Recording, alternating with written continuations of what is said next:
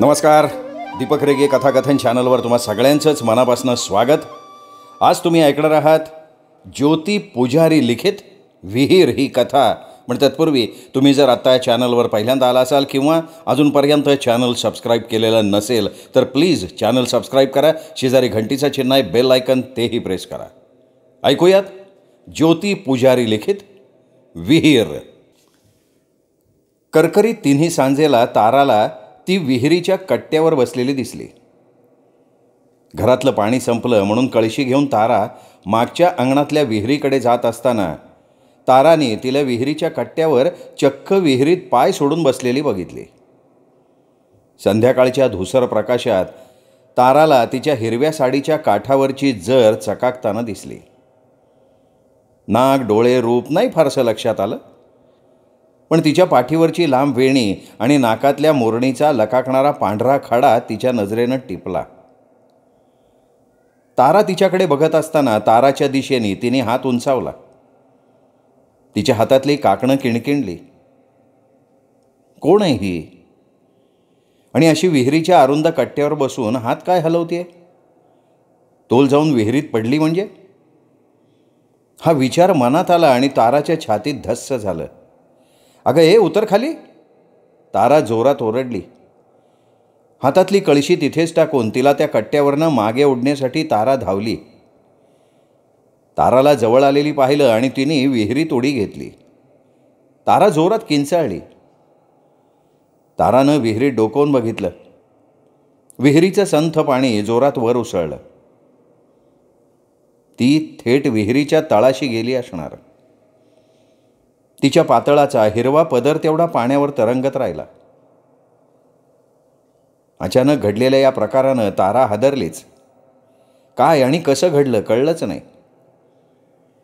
ती विहिरीत वाकून बघत असताना कोणीतरी तिचं बखोट धरून तिला खसकन मागे ओढलं.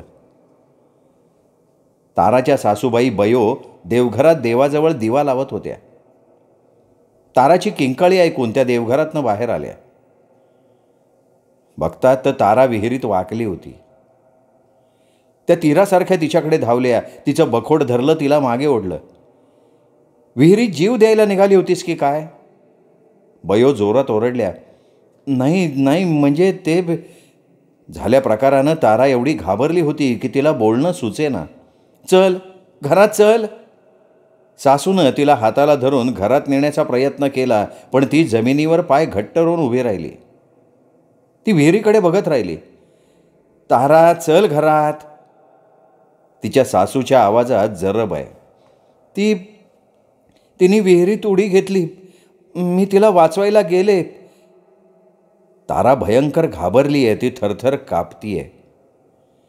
बयोच्या हातून सुटण्याची तिची धडपड सुरू आहे. तिला वाचवायला हवं. अगं काय बडबडतीयेस?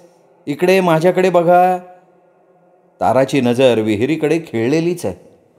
तारा समोर बघ, समोर बघ म्हणतीये ना. बघ, समोर करवंदाची दाट जाळी आहे. या बाजूला दामल्यांच्या घराची भिंत सरळसोट उभी आहे आणि तिकडे उजवीकडे केसकरांच्या वाड्याची भिंत आहे. या तीनही बाजूंनी बाहेरचं कोणी आत येणं किंवा आतलं कोणी बाहेर जाणं शक्य नाही. म्हणजे इथे कोणाला यायचं झालं तर समोरच्या दारातूनच यावं लागणार, हो का नाही? आणि एवढ्यात कोणीही आत आलेलं नाही. ती कोण बाई तू बघितली म्हणतेस, ती इथवर येईपर्यंत मला कळलं नसतं का? मी घरात कुठेही असले ना तरी घरात कोण आलं कोण गेलं याच्याकडे माझं बारीक लक्ष असतं. मी कुणाला घरात आलेलं पाहिलं नाही. आणि जीव द्यायला कोणी आपल्या विहिरीवर कशाला येईल? गावातलं तळं काही आटलेलं नाही. तुला काहीतरी भास झालाय. चल आज चल बरं. बयोनं तिला गोडी गुलाबीनं समजावलं. बयोनं कितीही सांगितलं तरी ताराचं मन ते मानायला तयार नाही. तिने तिच्या डोळ्यांनी तिला विहिरीत उडी मारताना पाहिलंय. पण मी तिला उडी मारताना पाहिलंय. तारा पुन्हा पुन्हा तेच सांगतीये. त्या चुचकारून समजावून तिला घरात घेऊन आले. तिला देवघरात आणून देवापुढे पाटावर बसवून तिच्या कपाळावर त्यांनी देवीचा अंगारा लावला. देवापुढे हात जोड. बयो म्हणाल्या आणि तिचे हात आपसूक जोडले गेले. बयोच्या आवाजातला मघाचा ताराला घरात आणण्याकरता आलेला समजूतदार गोडवा संपून नेहमीचा कडवट करकरीतपणा आला होता. ताराने देवीच्या मुखवट्याकडे बघितलं. देव्हाऱ्यातली देवीची मूर्ती आपले चांदीचे डोळे वटारून ताराकडे बघतीये. महिन्याभरापूर्वी सदाशिवशी लग्न होऊन देसायांच्या घरात आली तेव्हा बयो त्या दोघांना देवाला नमस्कार करायला देवघरात घेऊन आल्या होत्या. त्या कोंदट देवघरातल्या लाकडी देव्हाऱ्यातला तांबड्या रंगाचा चांदीचे डोळे असलेला तो देवीचा तांदळा पाहताना, तिला नमस्कार करताना तारा अस्वस्थ झाली होती. ही देवी आपल्याला काहीतरी सांगू बघतीये असं तिला उगीचच वाटत राहिलं होतं.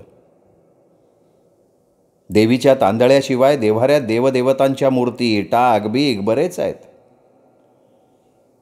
अण्णा सकाळी तासनतास या देवांची पूजा करतात.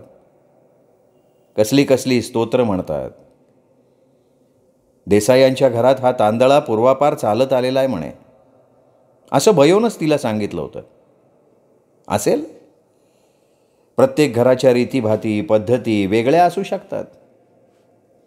आणि ही कल्पना असल्यामुळे तारानं देवीबद्दल सासूनं जे सांगितलं त्यावर विश्वास ठेवला. तारा देवीच्या मुखवट्याकडे एकटक बघतीये, पण तिचं चित्त थाऱ्यावर नाही. तिचं मन विहिरीकडे ओढ घेत आहे. ती आता विहिरीच्या तळाशी असेल. का जीव दिला असेल तिने? मुळात ती आली कुठून? सासूबाई म्हणतात तसं बाहेरचा माणूस विहिरीपर्यंत एकदम नाहीच जाऊ शकत. सासूबाई म्हणतात तिला भास झाला. भास? नाही, तो भास नव्हता. का खरंच आपल्याला भास झाला? पण यापूर्वी तर आपल्याला असे भास बीस कधी झालेच नाहीत. मग आत्ताच हे नवीन काय सुरू झालं? कोळ्याच्या जाळ्यासारखं तिच्या मनात विचारांचं जाळं विणलं जात आहे. संध्याकाळ संपून रात्र सुरू झाली आहे. ती अजूनही देवीपुढे बसलेली आहे. अण्णा सकाळी त्यांच्या कोर्टाच्या कामासाठी तालुक्याच्या गावी गेले होते, ते परत आलेत. अण्णांची आडगावची 5 एकर शेती भाऊबंदकीच्या भांडणात अडकली आहे. त्यांच्या चुलत भावानं शेतीच्या वाटणीसाठी त्यांच्यावर केस टाकली आहे. त्यामुळे तारखेला त्यांना तालुक्याच्या कोर्टात हजर राहावं लागतं. अण्णा मागच्या अंगणात विहिरीवर पाय धुवून स्वयंपाकघरात आले. बयोनं त्यांना बसायला पाठ समोर केला. पाटावर आरामात बसत अण्णांनी बयोकडे बघितलं. बयोचा चेहरा उतरलेला आहे. चेहऱ्यावर भीती, शंका, आश्चर्य असे संमिश्र भाव आहेत. त्यांनी काही विचारलं नाही. ती स्वतःहूनच सांगेल हे अनुभवानं त्यांना चांगलंच माहिती आहे. बयोनं पाण्यानं भरलेलं फुलपात्र त्यांच्यापुढे ठेवलं. त्यांनी फुलपात्र उचललं, तोंडाला लावलं. आज ताराला सरस्वती विहिरीत उडी घेताना दिसली, बयो म्हणाली.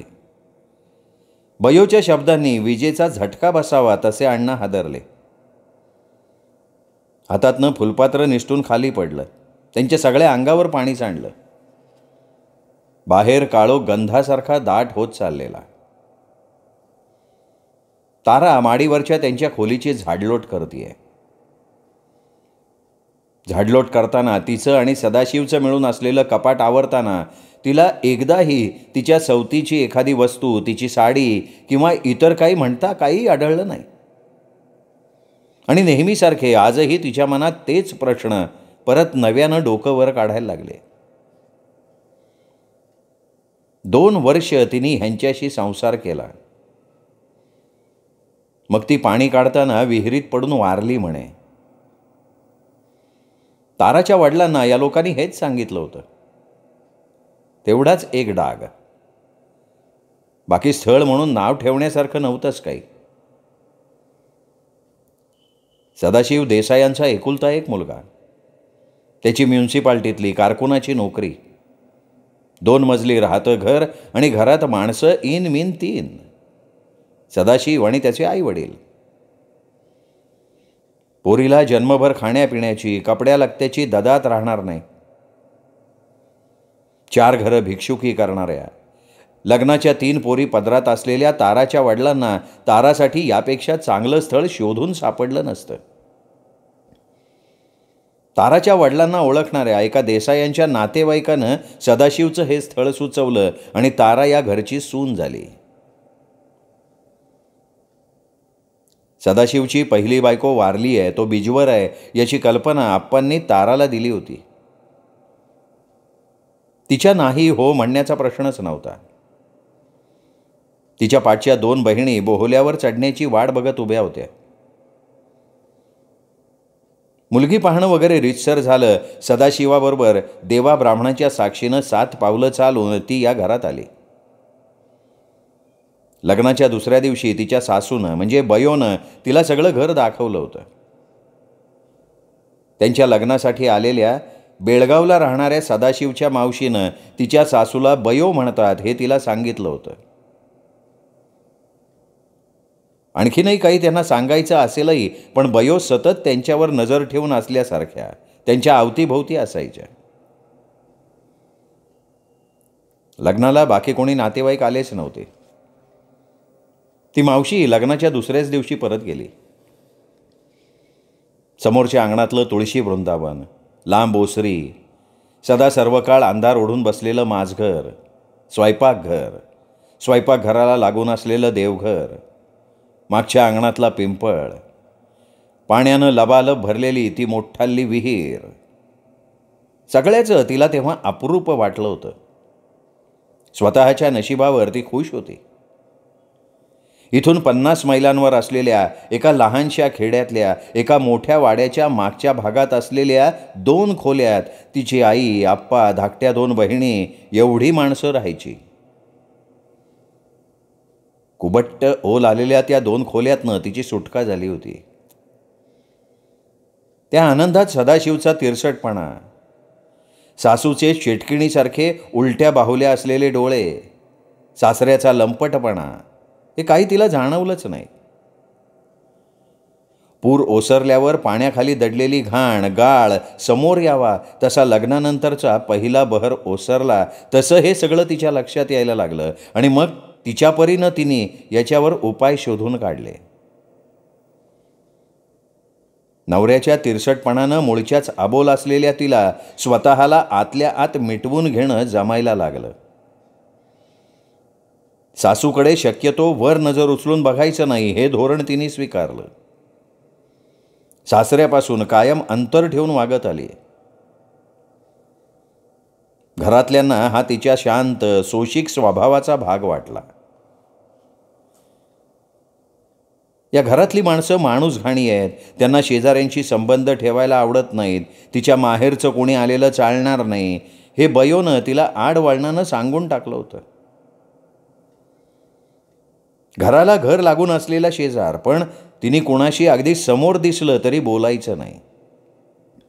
ती बाहेरच्या कोणाशी बोलताना दिसली तरी त्याचे परिणाम चांगले होणार नाहीत हे लग्नानंतरच्या पहिल्या रात्री सदाशिवने तिला धमकावून सांगितलं होतं.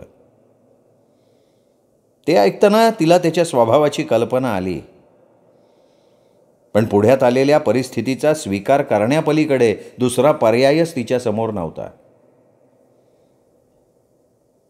माहेरी जाऊ शकत नाही, शिक्षण बेताचं, मग तिने आहे ते आपलं मानलं. तिने तिच्यापुरतं वागण्या बोलण्याचं धोरण ठरवलं. तरीही मनात सळणाऱ्या प्रश्नांनी ती सतत अस्वस्थ असते. 2 वर्ष ज्या बाईनं सदाशिवसारख्या तिरसटाशी संसार केला, या घरात ती पुरती 2 वर्ष वावरली. तिचा साधा एक फोटोही या घरात नाही. तिची एकही वस्तू या घरात नाही. असं का? तिच्या जाण्याचीच या घराला प्रतीक्षा होती का?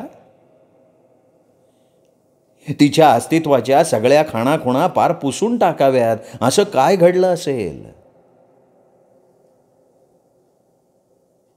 तिचं साधं नावही ताराला माहिती नाही. लग्नानंतरच्या पहिल्या 8 दिवसात तिने नवऱ्याला मनात सळणारे हे सगळे प्रश्न भीत भीत विचारले होते. तिचं नाव विचारलं तर तिचा विषय काढायचा नाही, कळलं का? नाही तर कायमची माहेरी लावून देईन. तिच्या दंडाला करकचून चिमटा काढत, दात ओठ खात तो सापासारखा फुतकारला होता. चिमटा काढल्या जागी तिचा दंड काळा निळा झाला होता. वेदनांनी कळवळली होती ती. हे दुखरेपण पुढे कितीतरी दिवस तिला छळत राहिलं होतं. त्याच क्षणी तिने मनातल्या सगळ्या शंका कुशंका मनाच्या एका कोपऱ्यात बंद करून टाकल्या होत्या. उघड्या डोळ्यांनी आणि घट्ट मिटल्या ओठांनी सावलीसारखी ती घरात वावरायची. ती विहिरीच्या कट्ट्यावर दिसली होती हा आपल्याला झालेला भासच होता हे तिने मान्य करून टाकलं आणि मग तिचं जगणं जरा सोपं झालं. ती दिसल्यानंतर तो भास नव्हता हे तिने जीव तोडून सांगितलं. घरातल्या सगळ्यांनी तिला वेड्यात काढलं होतं. सासूच्या शब्दांची धार वाढली. सासऱ्यांनी तिला समजावण्याच्या निमित्तानं 2-4दा तिच्या पाठीवरनं हात फिरवण्याची संधी साधून घेतली आणि हे सगळं संपवण्यासाठी तो भासच होता हे ती स्वतःला बजावत राहिली. त्या घटनेला आता 4 महिने होऊन गेले होते. खोलीची झाडलोट झाल्यावर ती खोलीतल्या एकुलत्या एका खिडकीत उभी राहिली. या खिडकीतनं मागच्या अंगणातलं सगळं दिसतं. सळसळणारा पिंपळ, मोठ्या तोंडाची ती दगडी विहीर, पलीकडची करवंदाची जाळी, एखाद्या चौकटीतल्या चित्रासारखं. मग अर्थाची वलय निर्माण होतात मनात खोल कुठेतरी. रात्रीची जेवणं आटोपली. सदाशिव आपल्या खोलीत गेला. बयो आणि अण्णा ओसरीतल्या झोपाळ्यावर बसून हळू आवाजात काहीतरी बोलतायत. बहुतेक तिच्याबद्दलच त्यांचं काहीतरी बोलणं सुरू असेल. तारानी जेवणानंतरची मागची आवराआवर केली. स्वयंपाकघरातला दिवा मालवण्याआधी रोजच्यासारखी स्वयंपाकघराच्या मागच्या दाराला कडी घालताना तिची नजर बाहेर गेली. अंगणाच्या कडेला असलेली विहीर काळोखात बुडाली होती. तिकडे बघताना ताराच्या अंगावर शहारा आला.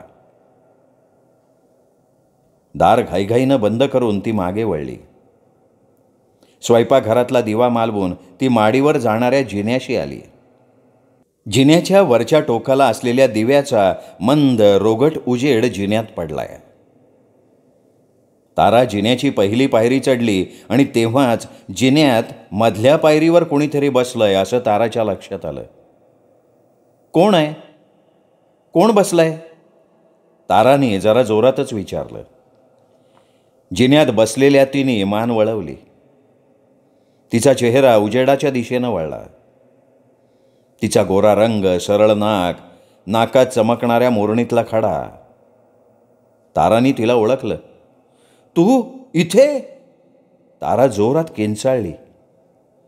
ती खळखळून हसत उभी राहिली. पायऱ्या उतरून ताराजवळून मागच्या दाराकडे निघाली. ती ताराजवळून जाताना बर्फगार वाऱ्याची झुळूक ताराला स्पर्श करून गेली. ताराने तिला ओळखलं होतं. हा भास नाही, हा भास नाही असं किंचाळत ती शुद्ध हरपून खाली कोसळली. तिच्या ओरडण्याचा, धाडकन पडण्याचा आवाज ऐकला आणि बयो आणि अण्णा ओसरीतनं घाईघाईनं आत आले. जिन्याच्या तोंडाशी ताराला अस्ताव्यस्त पडलेली बघितली आणि त्यांच्या तोंडचं पाणीच पळालं. सदा, सदा लवकर खाली ये, सदा, सदा रे खाली ये. बयो घाबरून सदाला हाका मारायला लागल्या. सदाशिव ताराची वाट बघत गादीवर लोळत होता. आईचा घाबरलेला आवाज ऐकला तसा तो धाड धाड जिना उतरून खाली आला. ताराचं डोकं मांडीवर घेऊन अण्णा ताराच्या डोक्यावर हात फिरवतायत. अरे अरे ही जोरात किंचाळली. येऊन पाहिलं तर ही अशी बेशुद्ध होऊन पडलेली. काय झालं काही कळलंच नाही. बयो सांगायला लागल्या. काय व्हायचंय? परत दिसली असणार. मेली तरी पिच्छा सोडत नाहीये, अण्णा म्हणाले. पण तिला तर आपण. गबस, एकदम गप्प बैस. 2 वर्ष तुझ्याबरोबर तिने संसार केला, पण एक मूल काही देऊ शकली नाही. वांझोटी मेली. तो हिला तिच्याबद्दल काही सांगितलं नाही ना? सदानं बयोला विचारलं. छे रे, मला काही वेळ लागलाय का? त्यात काही शंका आहे का? सदाच्या शब्दातला उपहास बयोला झोंबला. वाटलं उठावं आणि त्याच्या 2 थोबाडी ठेवून द्याव्यात. ही वेळ वाद घालायची नाहीये. हिला शुद्धीवर कसं आणायचं ते बघा आधी, अण्णा म्हणाले. तुम्ही काय तिला कुरवाळत बसलाय? उठा आणि स्वयंपाकघरातनं तांब्याभर पाणी आणून होता तिच्या डोसक्यावर. आत्ता उठेल ताडकन. अरे मग तोच घेऊन ये ना पाणी. तुमची हौस अजून भागली नाही तर. एवढं बोलून सदा स्वयंपाकघरात आला. त्यांनी स्वयंपाकघरातला दिवा लावला.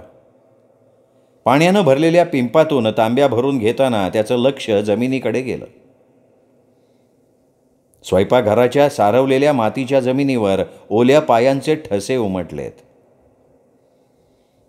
थेट मागच्या दारापर्यंत गेलेल्या त्या पावलांच्या ठशांकडे बघताना त्याच्या हातातला तांब्या निसटला, पिंपात पडला.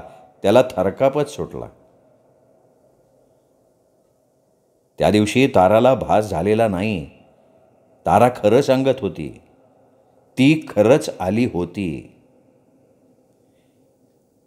तांब्या भरून तो ताराजवळ आला. थरथरत्या हातानं तांब्याभर पाणी आणून त्यांनी तिच्या डोक्यावर ओतलं. ताराच्या डोक्यावरून, चेहऱ्यावरून पाण्याचे ओघळ खाली उतरले. तिचं पोलकं ओलं गच्च झालं. अण्णांच्या डोळ्यातली वासना गडद झाली. तारा शुद्धीवर आली. ताराने डोळे उघडून बघितलं. अण्णांचा पाठीवरून फिरणारा हात, त्यांचा स्पर्श. तिने त्यांचा हात झेडकारला. ती साडी पदर सावरत उठून बसली. सदा तिला तुमच्या खोलीत घेऊन जा, अण्णा म्हणाले. नवऱ्याच्या मागे जिना चढताना ती बसली होती त्या पायरीवर पाय ठेवताना तिला मागच्या मागे पळून जावं, उरलेल्या पायऱ्या चढूच नयेत असं वाटलं. तरी तिच्या पुढे चालणारा तिचा नवरा तिला तसं करू देणार नाही हे तिला माहिती होतं.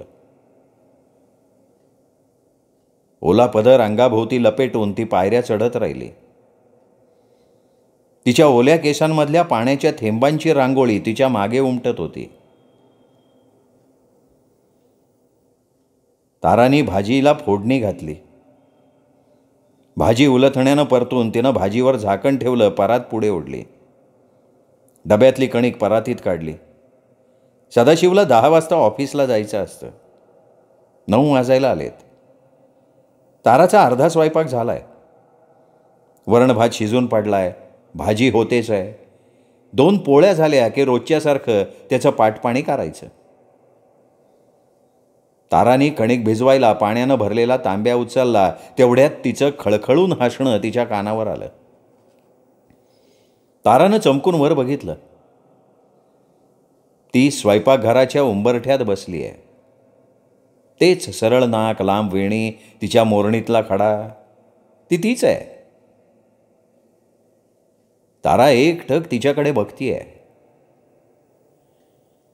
हातातल्या तांब्यातलं सगळं पाणी तिच्याही नकळत तिने परातीत ओतलं. चुलीवरची भाजी करपून कोळसा झाली आहे. सगळ्या घरभर भाजीचा जळका वास पसरलाय. सदाशिव पाळण्यावर झोके घेत बसलाय. त्याच्या डोक्यात ताराचेच विचार आहेत.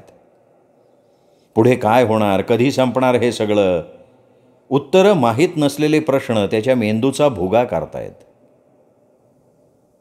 अण्णांची पूजा सुरू आहे.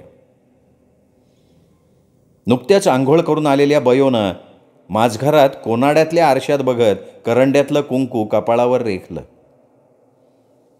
भाजीच्या जळकट वासानं त्यांचं माथं भडकलं.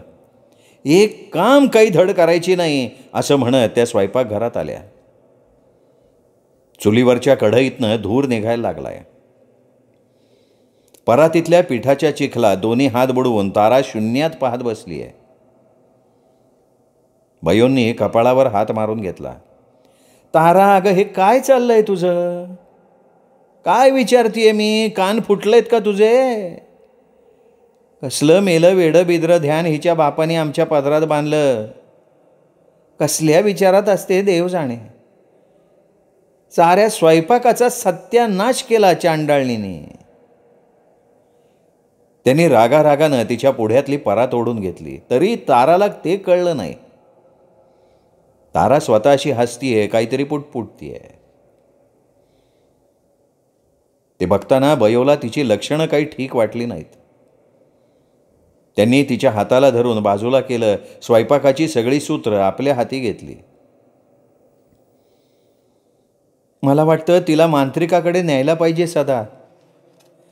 रात्रीच्या जेवणाच्या वेळी बयोनं जे वाटलं ते बोलून दाखवलं. मांत्रिक? तो काय करणार मांत्रिक? अरे ताराला तिने झपाटलं असणार. लग्न होऊन आली तेव्हा कसं सरळ एका रेषेत चाललं होतं. सरस्वतीला तिने बघितलं आणि आता ताराला कुठे माहिती आहे ती सरस्वती आहे म्हणून? त्यांनी काय फरक पडणार आहे? आपण ज्या उद्देशानं तिला या घरात आणलं तो तरी पूर्ण व्हायला पाहिजे. या घराला वारस मिळायलाच हवा, मग तो कुठल्याही प्रकारानं असो. आता तो सुद्धा प्रयत्न करून झाला ना. मला वाटतं मांत्रिकाकडे जाण्यापेक्षा आपल्या देवीलाच साकडं घालावं, अण्णा मध्येच म्हणाले. आपली देवी म्हणजे देव्हाऱ्यातला तो मुखवटा? तुमच्या पूर्वजांना ते नदीवर आंघोळीला गेले असता नदीत मिळाला असं तुम्हीच मला सांगितलंय. नदी म्हणजे पाणी, आणि पाण्यात आसरा राहतात. म्हणजे ही देवी एक आसराच असणार. विहिरीतही पाणी, पाण्याची ओढ पाण्याकडेच असणार. तरी त्या वेळेलाही ती आपल्या चांदीच्या डोळ्यांनी पाहत राहिली. आणि आत्ता सुद्धा. बयोचे ते शब्द कुठून तरी दुरून आल्यासारखे. अण्णा सदा हतबुद्ध होऊन तिच्याकडे बघत होते. बयो बोलत होत्या पण ते शब्द त्यांचे नव्हते. दुसरंच कोणीतरी त्यांच्या तोंडून बोलत होतं. पण कोण? सरस्वती? का देव्हाऱ्यातली ती देवी? का आसरा? कोण? खोल विहिरीतून आल्यासारखे त्या प्रश्नांचे प्रतिध्वनी दोघांच्या मनात उमटत राहिले. तारा आपल्या खोलीत गुडघ्यात मान खुपसून अंगाचं गाठोडं करून बसली आहे. बयोनं आळंबळं तिला जेवायला घातलं आणि जेवल्याबरोबर ती आपल्या खोलीत येऊन बसली. स्वयंपाकघरात मिणमिण दिव्याच्या उजेडात त्या तिघांच्या सावल्या भूतासारख्या भिंतीवर नाचतायत. विहिरीच्या तळातलं पाणी अचानक अंगात आल्यासारखं भोवरा होऊन स्वतःभोवती गरागरा फिरायला लागलंय. त्या भोवऱ्यात ती गरगरतीये. तिचे लांब केस मोकळे सुटून पाण्यावर पसरले आहेत. ती त्या भोवऱ्यातून मुक्त होणार आहे लवकरच. तारा सतत आपल्याच धुंदीत असते. काम करताना कुठेतरी तंद्री लावून बसते. बयो तिला विहिरीकडे जाऊ देत नाही, पण ती त्यांची नजर चुकवून विहिरीवर जाते. विहिरीच्या पाण्यात तिला शोधत राहते. पाण्यावर उठणाऱ्या तरंगात तिला तिचा चेहरा दिसतो. ती दिसली की ताराचा सावळा चेहरा खोलतो. बारीक डोळे लुकलुकतात. आपऱ्या नाकाच्या शेंड्यावर घामाचे थेंब जमा होतात. तिच्या बारीक नाजूक कुडीत विचित्र अशी संवेदनांची लाट उसळते. बयोला तारा विहिरीजवळ दिसली तर त्या तिला हाताला धरून घरात आणतात. दिवसेंदिवस ताराचं वागणं न उलगडणारं कोडं होत चाललंय. अण्णांना सावज नजरेच्या टप्प्यात दिसत असलं तरी तिच्या भोवती असणाऱ्या सरस्वतीच्या अस्तित्वानं त्यांना ताराला स्पर्श करण्याची हिंमत होत नाही. अण्णा रोज संध्याकाळी मुरलीधराच्या देवळात जातात. तिथे त्यांना सरंजामेंच्या सुनेबद्दल कळतं. सरंजामेच्या सुनेच्या अंगात देवी येते. प्रपंचातल्या अडचणींवरती उपाय सांगते म्हणे. दर शुक्रवारी बायकांची सरंजामेंच्या वाड्यातल्या दिवाणखान्यात गर्दी उसळलेली असते. अण्णांनी बयोला ताराला सरंजामेंकडे घेऊन जायला सांगितलं. त्याप्रमाणे बयो तिला घेऊन सरंजामेंच्या वाड्यात आल्या. सरंजामेंच्या वाड्यातला दिवाणखाना बायकांनी गच्च भरलाय. समोर एका चौरंगावर देवीचा चकाकता पितळी मुखवटा, त्याला वाहिलेली फुलं, मुखवट्याला मळवट भरलेला आहे. सरंजामेंची सून केस मोकळे सोडून डोळे मिटून चौरंगाच्या बाजूला एका आसनावर बसलेली आहे. धुपादीपाचा घमघमाट दरवळतोय. तिच्या पुढ्यात बसून एक एक जण आपापलं गाऱ्हाणं मांडतोय. ती तिच्या जड गंभीर आवाजात काय काय उपाय, कशानं काय झालंय ते सांगतीये. तिचे डोळे मिटलेलेच आहेत. तिच्या शेजारीच असलेली तिच्यासारखी तरुण सावळीची पोरगी, ती तिची मुलगी असणार.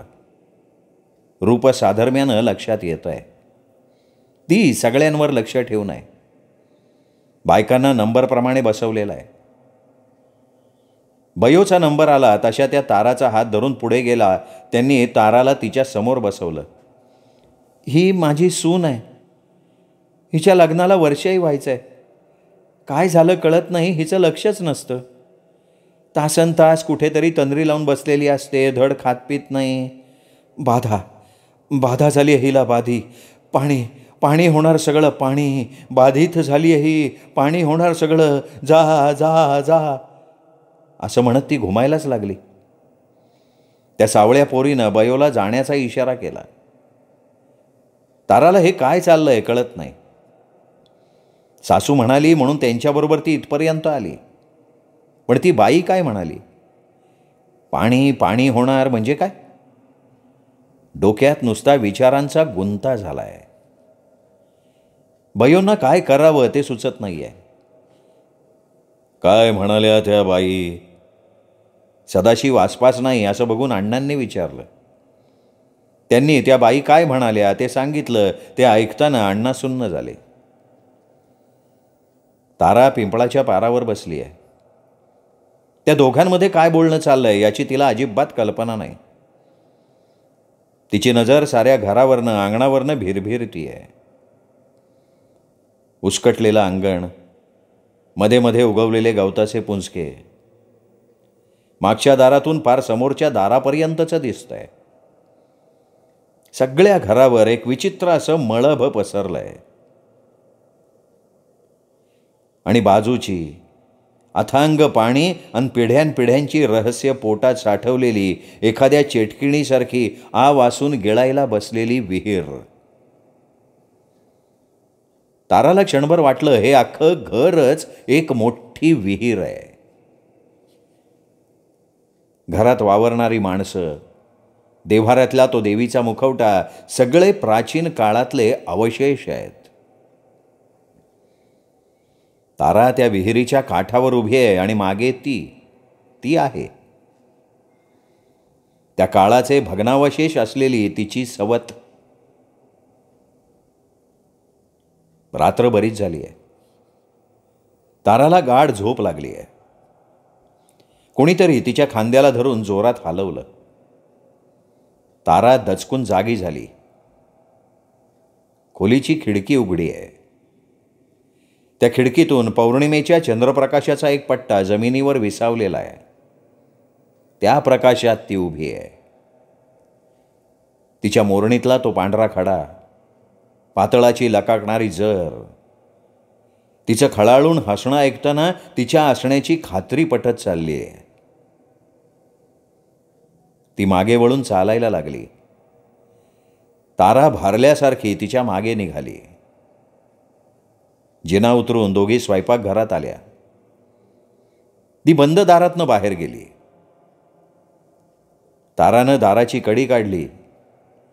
ती विहिरीजवळ तिची वाट बघत उभी आहे. तू कोण आहेस? तारानं विचारलं. मी सरस्वती, तुझी सवत. मला त्या दोघांनी या विहिरीत लोटून ठार मारलं. अगं पण तू तर पाणी भरताना विहिरीत पाय घसरून पडलीस असं ते सांगतात. अगं ते जगाला सांगायला. पण का, असं का केलं त्यांनी? ती खळखळून हसली. भोळी आहेस ग तू, भोळी आहेस. त्या सदाला या जन्मात मूल होणं शक्य नाही म्हणून सगळी कारस्थानं आहेत. तुला कसं माहिती?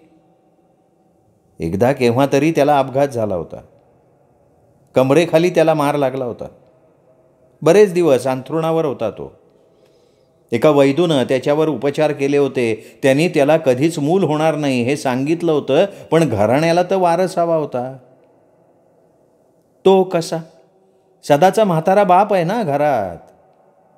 त्यांनी माझ्यावर जाळं टाकण्याचा प्रयत्न केला, पण मी नाही बदले. मग त्यांनी मला संपवलं. आता तो म्हातारा तुझ्यावर डोळा ठेवू नये. शी, काय माणसं आहेत? अगं माणसं कसली, हैवान आहेत हे. सारी लाज लज्जा नीतिमत्ता बासनात गुंडाळून ठेवली आहे त्यांनी. यातून सुटण्याचा एकच मार्ग आहे. सरस्वती विहिरीच्या कट्ट्यावर चढली. ताराचा हात धरून तिने विहिरीत उडी मारली.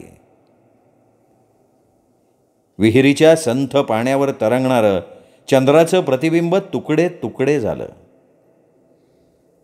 तारा विहिरीच्या तळाशी सरस्वतीसारखी काळाच्या पलीकडे भग्नावशेष होऊन पडली आहे. देव्हारातल्या देवीच्या मुखवट्यावरचे चांदीचे डोळे ओलावलेत.